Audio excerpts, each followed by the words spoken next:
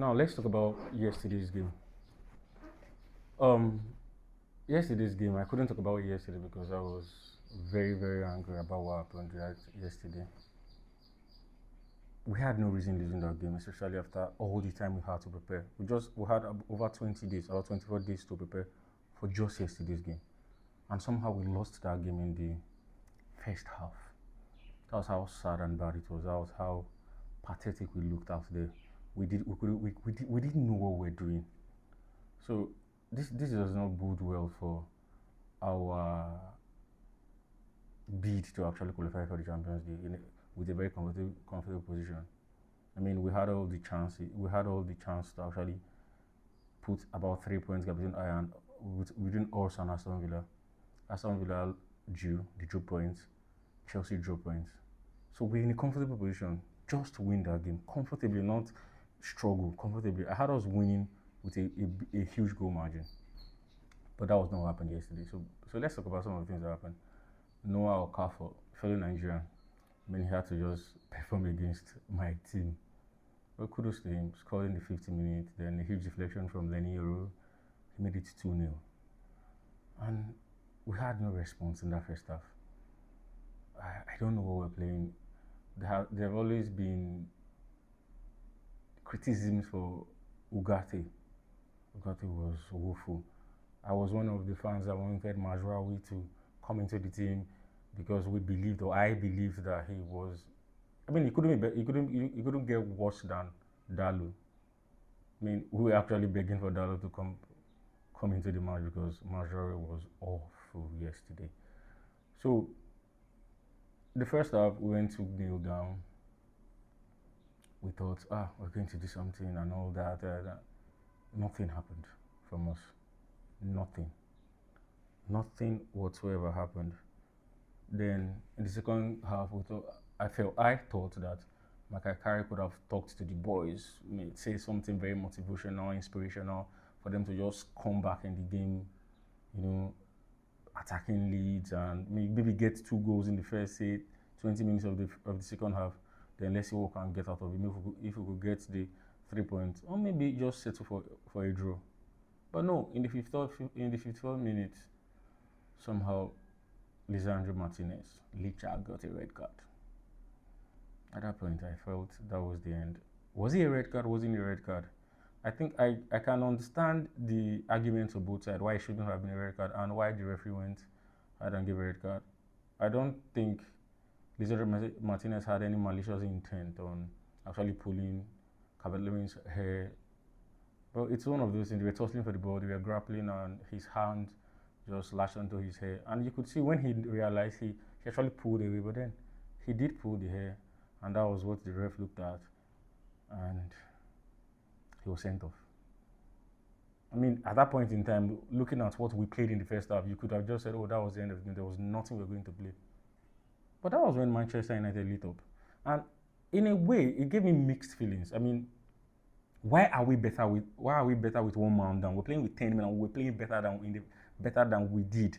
Even in the first, say about 5-8 minutes of the first half, we're not with 11 men, we're not playing that much good as we played after we went 1 man down. We were all over Leeds. Leeds was being pegged down. It took them to have a reprieve when one of their men got down and they tried to take the sting out of the game. So the whole thing makes me so sad about why we leave things up to when something has to happen, we want to go. We had to go 2 games down and 2 goals down and 1 man down to step up. I have some friends and some social media persons bringing up excuses. The 24-game rust and all that. There are no excuses. You had a training camp in Dublin. What were you doing? Was it not to get match sharp and match fitness for this game? This game, if I had won this game, that's 3 points clear for Aston Villa. We are in a comfortable position, but now we're putting ourselves in a pressure because now we're. This was why I couldn't make a video yesterday. I was like, in the office, I was like, hey, we're going to beat Leeds and all that. Wait, it can happen. Like, what happened? We lost in the first half, not like over 90 or 80 minutes. We lost within the first 45 minutes. Kudos to Noah Okafor. We lost We'll have people giving reasons and excuses that it was the 24 game rust, and that's what. There are no excuses. There are no excuses. We went one man down with 10 men. We had lots of chances, and that's another day where the luck was on our side. I think there were some goal line clearances, about two, some chances, some opportunities that were saved by the goalkeeper Dalu. With 10 men down, we are better than Leeds. We're better than a version of us in the first half. We could have won that game with them, but then I guess we have to review our chances and the opportunities missed in the first half.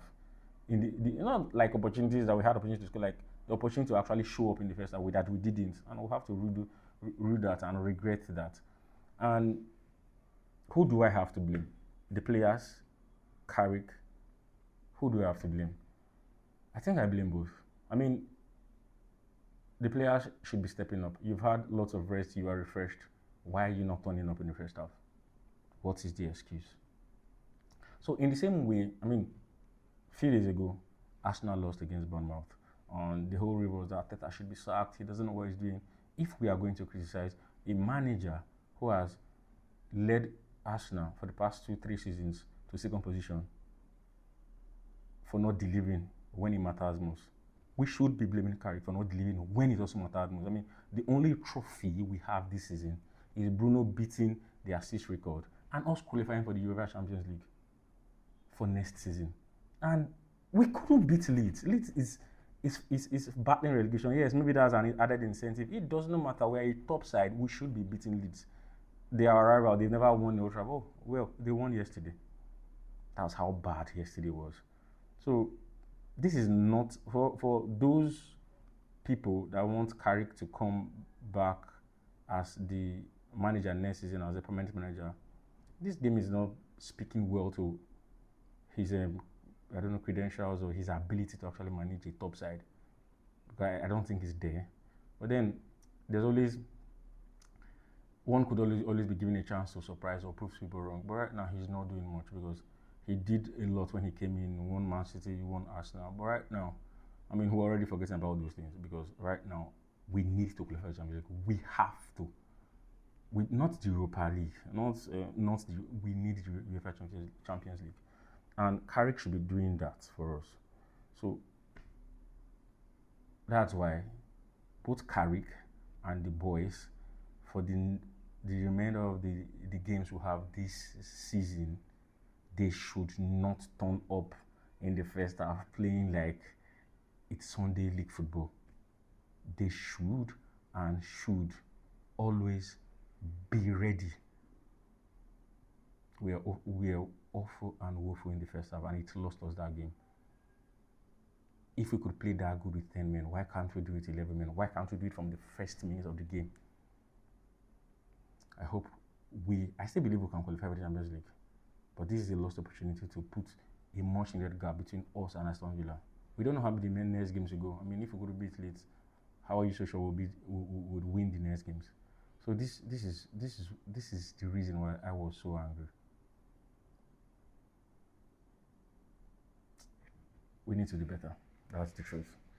And I don't think Carrick is cut out of being the permanent manager. But let's see what he has to offer with the boys from now to the end of the season. And it would be the board, Ineos, Jason Wilcox, and Christopher Vale and the crew. They will be the one, Omar Berada, they will be the one to make those decisions. So let's see what happens.